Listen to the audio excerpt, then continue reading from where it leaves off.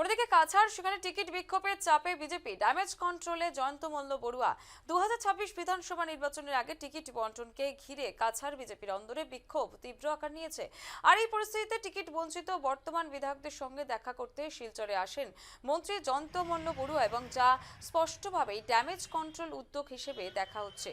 সবচেয়ে বড় ধাক্কা ধলাই কেন্দ্রে বিধায়ক নিহার রঞ্জন দাস দলের প্রাথমিক সদস্য পদ ছেড়ে স্বতন্ত্র প্রার্থী হিসেবে লড়ার ঘোষণা করেছেন। একইভাবে উধারবন্দ কেন্দ্রেও দীর্ঘদিনের বিজেপি কর্মীদের ক্ষোভ চরমে। প্রার্থী হিসেবে রাজদীপ গোয়ালাকে বেছে নেওয়ায় 10 জন পুরনো নেতা দল ছেড়ে স্বতন্ত্র লড়াইয়ের সিদ্ধান্ত নিয়েছেন। শনিবার শিলচরের বিধায়ক দীপায়ন চক্রবর্তীর বাসভবন থেকে বেরিয়ে জয়ন্ত মল্ল বড়ুয়া বলেছেন, এটি সৌজন্য সাক্ষাৎ, তবে বাস্তব চিত্র ভিন্ন। শিলচর সহ একাধিক কেন্দ্রের প্রার্থী নির্বাচন নিয়ে জনমনে অসন্তোষ রয়েছে। কাছাড়ের টিকিট বিক্ষোভে চাপে বিজেপি, টিকিট বন্টন ঘিরে কাছাড় বিজেপির অন্দরে বিক্ষোভ। বিধায়ক নিহার রঞ্জন দাস নির্দল লড়াইয়ের ঘোষণা করেছেন ড্যামেজ কন্ট্রোলে জয়ন্ত মল্ল বড়ুয়া।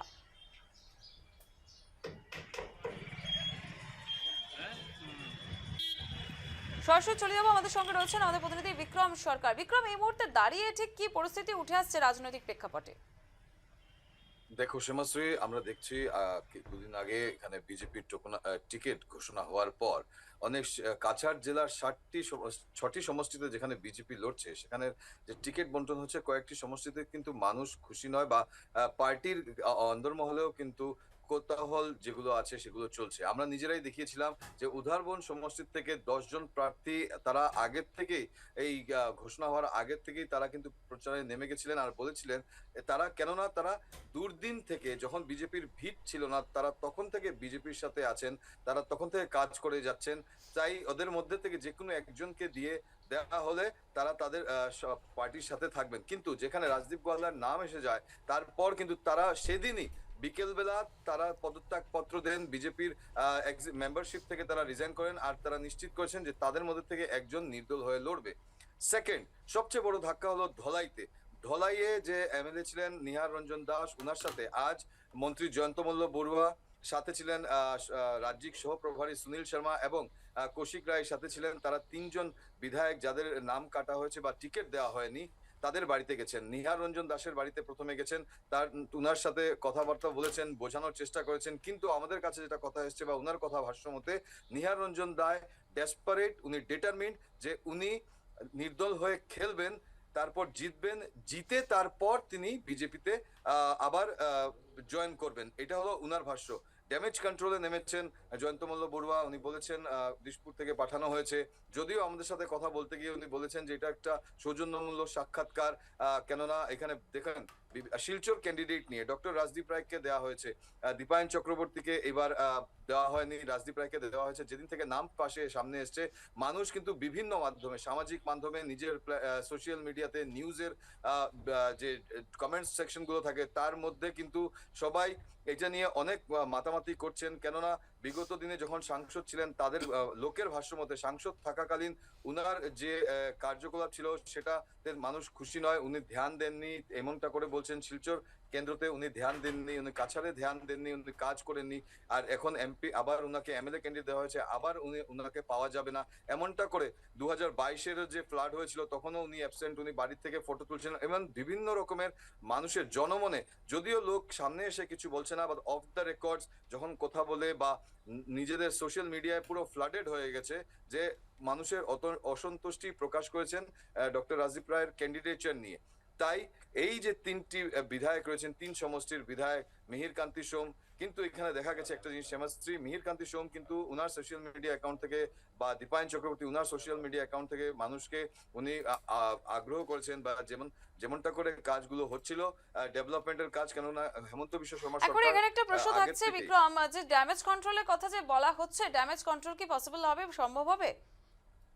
দেখেন, এটা কিন্তু অনেক কঠিন ব্যাপার। কেননা পার্টিতে যারা কাজ করছে, তারা যারা কাজ করছে বা যারা বিক্ষুব্ধ, তারা কিন্তু আজকের বিজেপি নয়, তারা তখন থেকে বিজেপি করছেন যখন পুরো আসামে, নর্থ ইস্টে বিজেপির ভিত ছিল না।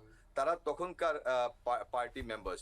এখন দেখা যাবে আনেওয়ালা যে সময় আসছে সেটাই প্রুভ করবে যে তারা ড্যামেজ কন্ট্রোল করতে পেরেছেন কিনা, কিন্তু অনেকটা কথা হচ্ছে জয়ন্ত মল্ল বড়ুয়া এসছেন ড্যামেজ কন্ট্রোল করতে, উনার থেকেও সিনিয়র লিডাররা, অ্যাকচুয়াল বিজেপির যারা পুরনো লিডাররা তারা রয়েছেন, তাদেরকে উনি কেমন করে বুঝাবেন। তো মানুষে কিন্তু অনেক রকম জল্পনা কল্পনা করছেন, কিন্তু শেষ পর্যন্ত মেইন ভোটার্সদের হাতেই সব রয়েছে যে কতটা তারা এফেক্ট দিতে পারবেন আগামী ইলেকশনে। কেননা গভর্নমেন্ট এত অনেকগুলো ডেভেলপমেন্ট কাজ কিন্তু চারিদিকেই করেছে, আর এমএলএদের থ্রুতেই কাজ করেছে।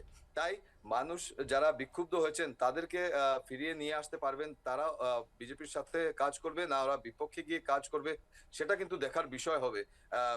শ্যামাশ্রী, একেবারে অনেক ধন্যবাদ। এতক্ষণ সরাসরি আমাদের সঙ্গে ছিলেন আমাদের প্রতিনিধি বিক্রম সরকার। এবং শিলচরের যে ছবিটা উঠে আসছে সেখানে কিন্তু টিকিট বিক্ষোভে চাপে পড়েছে বিজেপি, তবে ইতিমধ্যে ড্যামেজ কন্ট্রোলের চেষ্টা চলছে।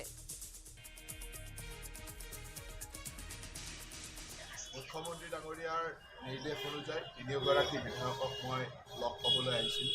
অলপ আগতে নিহাৰঞ্জন দাসক লগ পাই আহিছোঁ। এতিয়া আমি দীপায়ন চক্ৰৱৰ্তীক লগ পালোঁ আৰু আমাৰ মিহিৰকান্তি সোম ডাঙৰীয়াকো লগ পাম।